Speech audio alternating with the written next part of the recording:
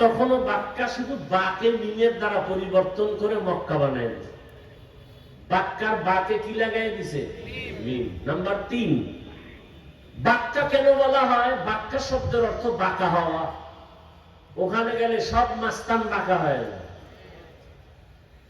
বাঁকা হয়নি? এমপি কয়নি যে আমি রিক্সা ড্রাইভারের মতো পাগল সাজবো কেন, আমি টুপি ভরি, ক্যাপ লাগাই, চলবে মাস্তানি? ওখানে কোন মাস্তানি চলে? হায় হায়, সব ফকিরের এক আওয়াজ, লাব্বাইক আল্লাহুম্মা লাব্বাইক লাব্বাইক লা শারীকা লাকা লাব্বাইক ইন্নাল হামদা ওয়ান নি'মাতা লাকা ওয়াল মুলক লা শারীকা লাক। এই বয়ানের ফাঁকে ফাঁকে কয়েকটা পয়েন্ট খেয়াল করবেন, আমি বলে যাব, খেয়াল রাখবেন। এই যে এটাকে পরে তালবিয়া কি বলা হয়? এই তালবিয়াটা 4 শ্বাসে পড়া সুন্নত। কয় শ্বাসে? 4 শ্বাসে। কোথায় শ্বাস ভাঙবেন? লাব্বাইক আল্লাহুম্মা লাব্বাইক লাব্বাইক লা শারীকা লাকা লাব্বাইক ইন্নাল হামদা ওয়ান নি'মাতা লাকা ওয়াল মুলক লা শারীকা লাক। কয় শ্বাস হইল? মনে থাকবে? নিয়ে হজ করবেন আল্লাহর জন্য সুন্নত বাদ দিয়া? হ্যাঁ, 4 শ্বাসে তালবিয়া পড়া সুন্নত। লাব্বাইক আল্লাহুম্মা লাব্বাইক একবার, লাব্বাইক লা শারীকা লাকা লাব্বাইক ইন্নাল হামদা ওয়ান নি'মাতা লাকা ওয়াল মুলক লা শারীকা লাক। রহমতের নবী বলেন, ও হাজী, তুমি যখন তালবিয়া জবানে পড়ো, ঘর থেকে বের হও, ইহরামের কাপড় ঘর থেকে পড়ো, না হয় এয়ারপোর্টে গিয়া পড়ো, পড়ার পরে তুমি 2 রাকাত নামাজ পড়ে একবার জোরে তালবিয়া পড়ো। তোমার আওয়াজটা যত দূর যাবে তত দূরের সব মখলুকেরাও তালবিয়া পড়বে লাব্বাইক। গাছে কথা বলতে পারে? আরে আমি আল্লাহ কয় পারে। কিয়ামতের ময়দানে খেজুর গাছ আপনার পক্ষে সাক্ষী দিবে। রাসূলের সাথে খেজুর গাছ কথা বলে নাই? বুখারী শরীফের ঘটনা।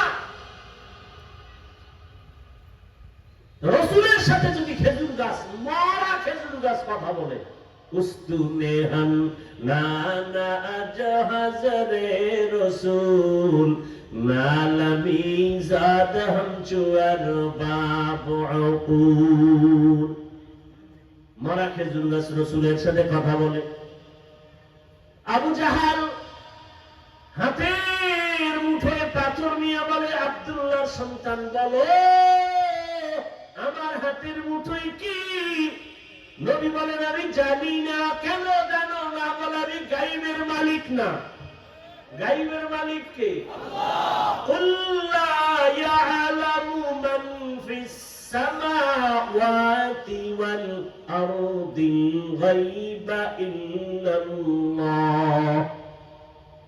আল্লাহ তাআলা বলেন, নবী আপনিই বলেন, আসমানের বাসিন্দারা কেউ গায়ব জানে না, জমিনের বাসিন্দারা কেউ গায়ব জানে না। কে জানেন? আল্লাহ। আবু জাহালকে বলেন, নবী আমি বলতে পারি না হাতের মুষ্টিতে কি আছে, তবে হাতের মুষ্টিতে যা আছে একটু আওয়াজ দাও। পাথরগুলো কালিমায়ে শাহাদাতের আওয়াজ দিল। এটা নবীজির মুজিজা। নবীজির মুজিজা, রহমতের নবীর মুজিজা। একটা মুক্তা থেকে এত কোটি বর্গ মাইল পানি। রহমতের নবী যুদ্ধের ময়দানে রওয়ানা, সাহাবায়ে কেরামরাও রওয়ানা। পানি পান করতে করতে পানি নাই, যার যার পাত্র খালি। ইয়া রাসূলুল্লাহ, আশেপাশে কোনো কূপ নাই, কোথায় পানি পাবো? নবী বললেন, যার পাত্রে পানি 1 ফোঁটা 2 ফোঁটা থাকে তো, কথা বলেন না কেন? আছে, এগুলো এক জায়গায় জমা করো। একটা পাত্রে রাখলেন, নবী আঙ্গুল দিলেন, পানি ভরপুর হয়ে গেল।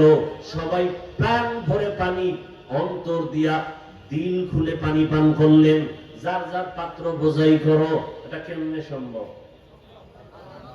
কেমনে সম্ভব? কার কুদরত? আল্লাহ।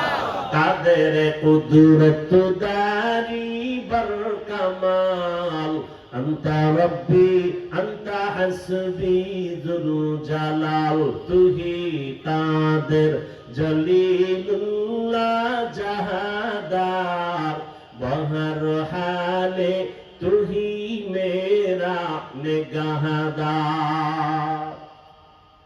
বাক্কা নগরী, বাক্কা অর্থ কি বলছি মনে আছে তো? ওখানে গেলে সব পাগল হয়ে যাও। পাগলের কোন সেলাই ছাড়া কাপড় নাই, পাগল জৌড়াইতেছে একটা ঘরের চতুর্দিকে। কার পাগল? হায় হায়, আমি পাগল কইছি আর একজন আর শান্তি গরম হয়ে গেছে, মানে ডবল পাগল। অথচ শামসুল হক ফরিদপুরি রহমতুল্লাহের নাম শুনছেন? কে সে শামসুল হক? আয়ুব খানের ধমক দিয়া কারে আয়ুব খান টাকা দিয়া গরু কিনা যায়, শামসুল হক রে কিনা যায় না। গুগলে সার্চ দাও শামসুল হক ফরিদপুরি কে, ডিটেইলস পেয়ে যাবা। সেই শামসুল হক ফরিদপুরি বলে, আরে হাফিজুর রহমান শুধু মক্কার মানুষরে পাগল কইলি কেন? আমি শামসুল হক বলে গেলাম দুনিয়াতে যত মানুষ সব পাগল। কেউ টাকার পাগল, কেউ ক্ষমতার পাগল, কেউ নারীর পাগল, কেউ গাড়ির পাগল।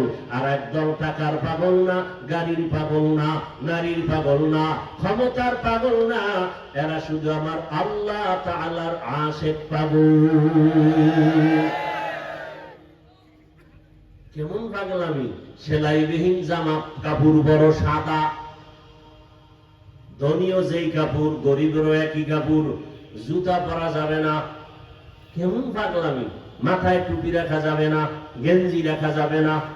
কি মরণে কাপড় নেই? মরার আগে মর, মরার আগে মরার একটু বাহানা করো। এরপরে ঘরের চতুর্দিকে দৌড়াও। গরিব যে আওয়াজ দিবে, ধনী একই আওয়াজ দাও, ও মালিক তোমার দরওয়াজার ফকির আমরা হাজির। গরিব কয় লাব্বাইক, ধনীও কি কয় লাব্বাইক। আসতে বললে জরিমানা। দেখছেন নি কারবার? আসতে বললে জরিমানা। রবের দরবারে আসতে বলবি জরিমানা, দম দেওয়া লাগবে দম। মদিনায় গিয়া জোরে বলবি জরিমানা। দেখছেন নি কারবার? বাইতুল্লাহ জোরে না বললে জরিমানা। রসুলের রওজায় গিয়া চিল্লাইয়া পড়বি জরিমানা। ওখানে চিৎকার চলবে না, ওখানে নবী আরামে আছে, নবীর সাথে কোনো উল্টা পাল্টা চলবে না। কি নবীর সামনে জোরে সালাম দিতে পারবে? ইয়া নবী বলতে পারবে? সম্ভব না। কিন্তু বাইতুল্লাহ জোরে না বললে জরিমানা।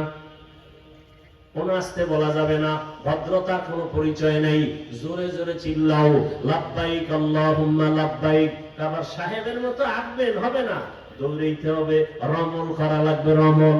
খবরও নেই হজ করে, নাইচা নাইচা দৌড়াইতে হবে। কি আমি এটা লিখবি না যে হুজুরে নাচতে কইছে? ওমরায় হাজে গেলে বলে নাচা লাগে। দেখে একটা পয়েন্ট পাইছো বহুত দিন পর, বদমাস কোথাকার।